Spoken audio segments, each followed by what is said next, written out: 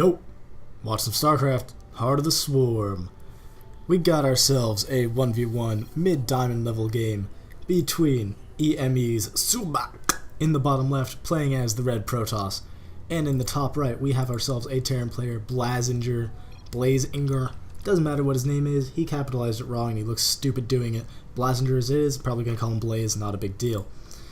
I personally have never played on this map, but it does seem like it's not exactly the most fun map to play on, because there's some kids yelling outside my window. I'm not sure if you can hear that. We got ourselves this base, and we got the natural right inside here.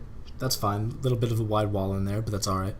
But this is the third base, or maybe this one is, but still, that's a really, really long distance for a third base to go to.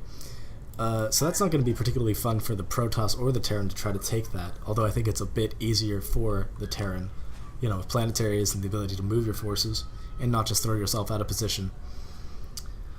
Zerg has got to have this horrible, unless you have really good creep spread. And I'm pretty sure this map isn't exactly huge either, so I'm going to expect some 2-base timings out of this Protoss. And, I mean, I always expect Reapers out of Terran, so let's just expect Reapers. While this game gets going, I should probably mention that I'm using a different UI. I'm using the Blizzard released tournament UI thing. It's a bit large, so I'd like some feedback on whether or not this is too big or whatever. Doesn't matter to me in particular, though. I can still see stuff, I think. Just makes me feel kind of old and arthritic. Like, I can't read it normally, so I gotta use this. Gas is going down at pretty much the exact time you would expect it. Probably gonna go for the most basic opening for Terran. Although there's no wall in here. Not sure if that's the best idea. Although against Protoss it isn't a huge deal, as Stalkers come out pretty soon all the same, so they could shoot it from the low ground and get rid of some supply depots. So maybe it's a good idea. Oh, pause goes down. I love it when people pause in replays, because it's just boom boom. Okay, yeah, good pause. I learned a lot. Neither player actually opting to wall in. Probably a good idea all the same. Again, I'm a Zerg player. Everyone walls in against me. Even if they fast expand, they're going to wall in up here and down here if they're intelligent. Half the time they don't, though, which is really kind of the saddest part. Just getting some scouting done in the beginning of this game. 3 minutes, 10 seconds, nothing particularly exciting has gone down, except this pylon skin. Jesus, look at it. That's amazing. Okay, sorry. Still no expansion from the Protoss, which is kind of a new thing. It wouldn't be an impossible expansion. You'd have to just drop the wall in over here and then connect it to the Nexus, as opposed to trying to wall in this giant ramp. But it's not a bad idea to not expand, especially when you scout that the Terran isn't expanding himself. Gonna drop. Stop messing with me, SCV. I was gonna say dropping a bunker over at the front door of his base, making sure he doesn't get any zealot run-bys or anything. But I think, and I totally could be wrong with this, one zealot can actually just run by a bunker like that. Yeah, I could be wrong on that, but I'm pretty sure he can, just because of the way they can absorb DPS with their shields. Once again, another cancel goes down. What is happening with BLaZeInGeR here? Blaze. Maybe he knows something I don't. Maybe canceling is the new best way to do things. He's like extractor tricking with Terran somehow. That makes sense. But he knows better than me. He has the cool Marine skin, and he is, in fact, going for an expansion. Kind of the exact same time as the Protoss expansion, which is totally fine, totally legit for both of these players. Terran and Protoss get expansions at more or less the same time. Although, this guy really does need to start chronoing something, even if it's just probes. Oh, I like the production thing in this. That's really cool. Terran going for some Widow Mines. Not a bad idea. Not sure why he's rallying them over there, but maybe there's a trick to this. Maybe expecting a Starport, Stargate play with the Oracles and that kind of shenanigans. But we aren't going to see that. We're going to see some robotics facility. Not a bad choice. Going to play this about as standard as he can, expecting the Marine Marauder medevac to still be as good as it always has been. Because guess what it is? That Stalker apparently didn't want this pylon to go down, so he tried to block it. No such luck, Stalker. Good try. Try again tomorrow. Anyhow, we're going to chill out for a little bit, going for as much of a macro game as this map can really allow, although this is pretty much it, honestly. Mothership Core coming out here, seeing if they can do a little bit of excess damage, but there's a bunker at the front. This is going to be really disappointing for both of these guys. Yep, bunker's just going to shoo away that Stalker. Not sure exactly what he's looking for. Maybe going to blink on the high ground somehow with his magical not having blink abilities. Waiting for his second Stalker to come over here. This pressure is not going to do too much. Between this bunker being a bunker and one Stalker and one Mothership not doing a huge amount of DPS to buildings, I'm not expecting too much. He does get a little bit of information there, knowing that the expansion is down. He hasn't actually seen the expansion itself. Oh, yes, he has, actually. Oh, the Mothership saw it, huh? Yeah. So that's good.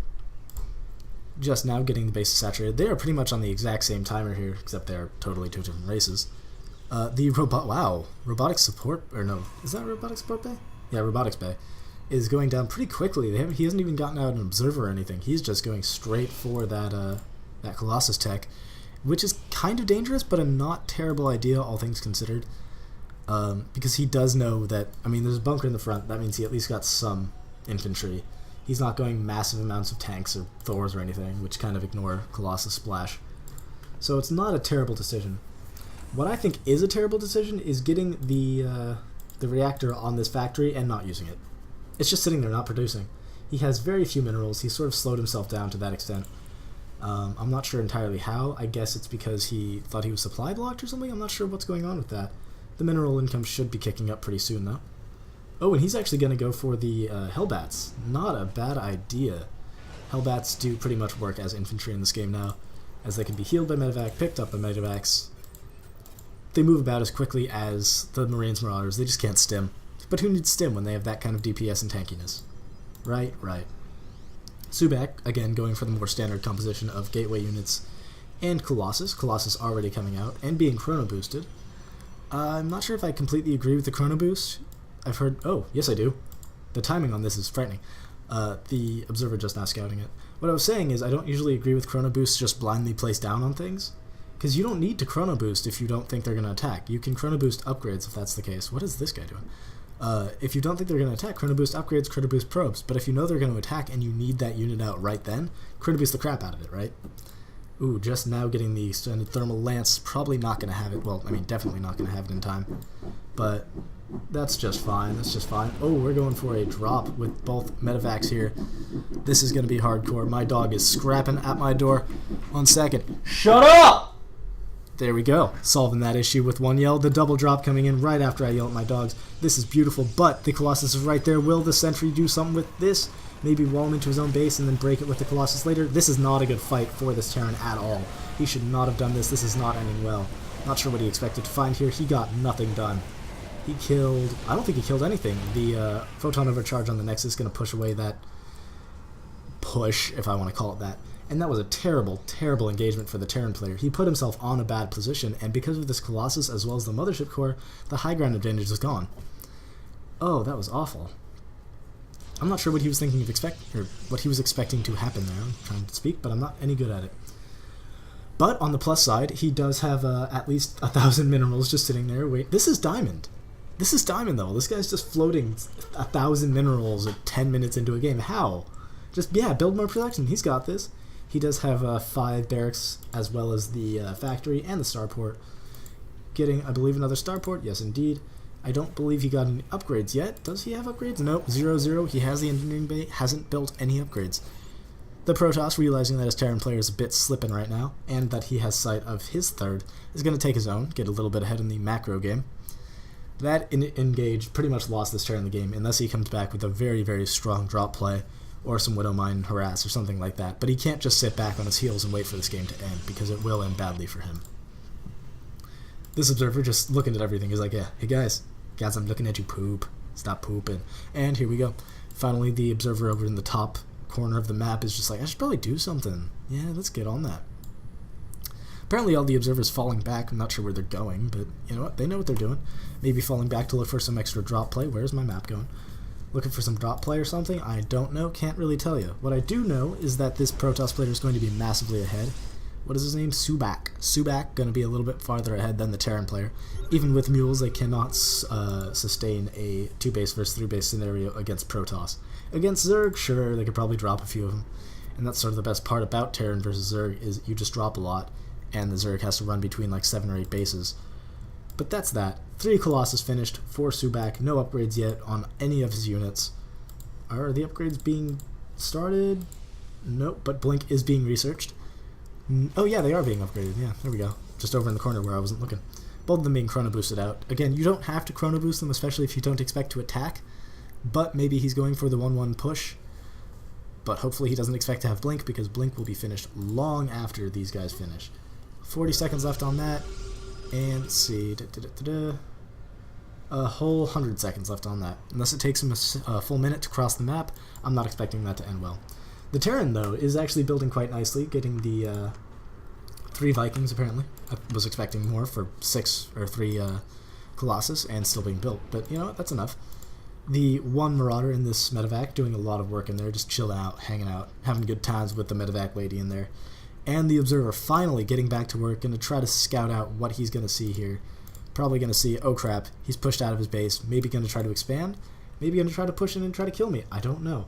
What I do know, again, is that he needs to salvage this bunker and get that mineral work to work.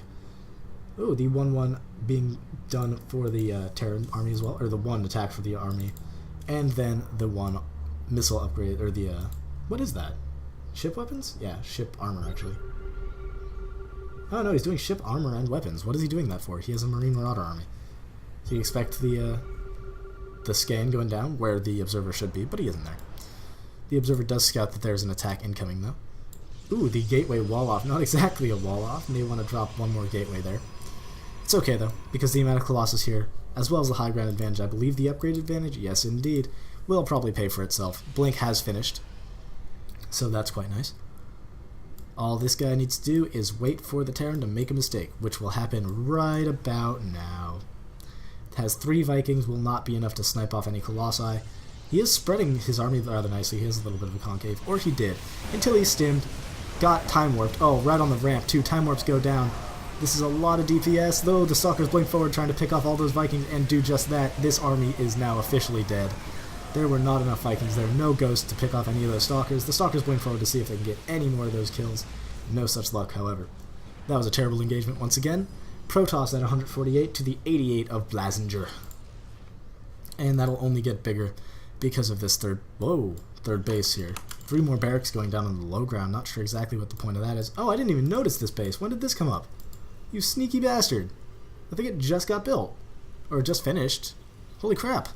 The Protoss, however, realizing, meh, might as well, is now pushing out. Doesn't even have sight of this 3rd base, I believe.